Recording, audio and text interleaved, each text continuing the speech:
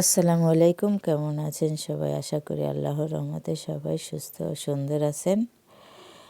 তো সকালে দেখেন কত সুন্দর কুয়াশা পড়েছে এই ঠান্ডায়, কুয়াশা ভরা ঠান্ডায় একটু ভালো লাগতেছে না। আর আপনারা যারা আমার ভিডিওটা দেখা শুরু করেছেন অবশ্যই একটা লাইক দিয়ে ভিডিওটা দেখা শুরু করবেন। আর বেশি ভালো লাগলে অবশ্যই চ্যানেলটাকে সাবস্ক্রাইব করে রাখবেন।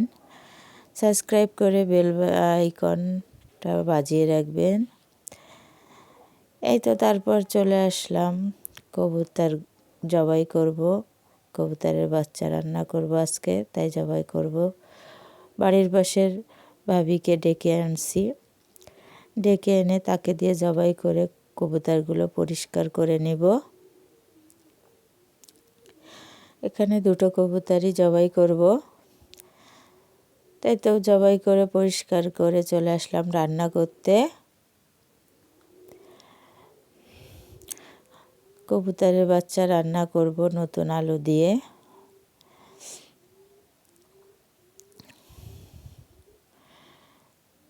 আমি কখনো কবুতরের বাচ্চা রান্না করা হয় না, আমাদের খাওয়া হয় না আর কি, বেশিরভাগই বিক্রি করা হয়।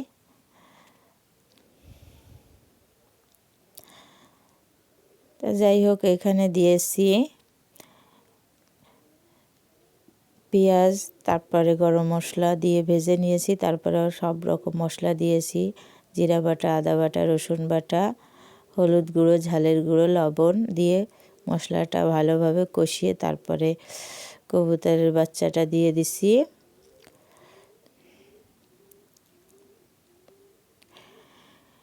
ভালোভাবে কষিয়ে একটু পানি দিয়ে দেব। পানিটা ঠান্ডা ছিল, ঠান্ডা পানি দেওয়া হয়ে গেছে।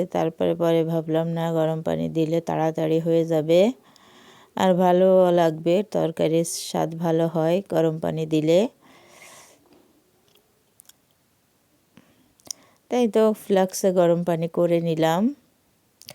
গরম পানি করে তারপর ঝোল দিয়ে দিব।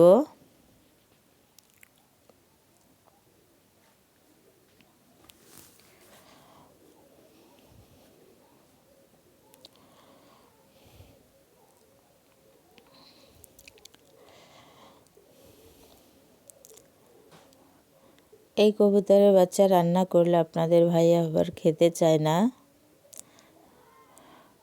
তার অনেকটা মায়া লাগে নাকি। আর বাড়ির জিনিস কবুতর তো পুষে তারপরে খেতে তার অনেকটা খারাপ লাগে, তার জন্য খাওয়াই হয় না। তারপরে এখানে একটু ভাজি করব, উস্তে কুটে নিয়েছি, উস্তে দিয়ে আলু দিয়ে কুচোয়ে নিয়েছি। তারপর এখানে ভাজিটা করব। এই যে আমার উস্তে ভাজি হয়ে গেছে।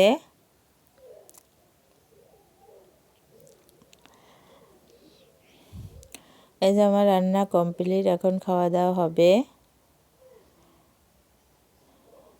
ধন্যবাদ সবাইকে।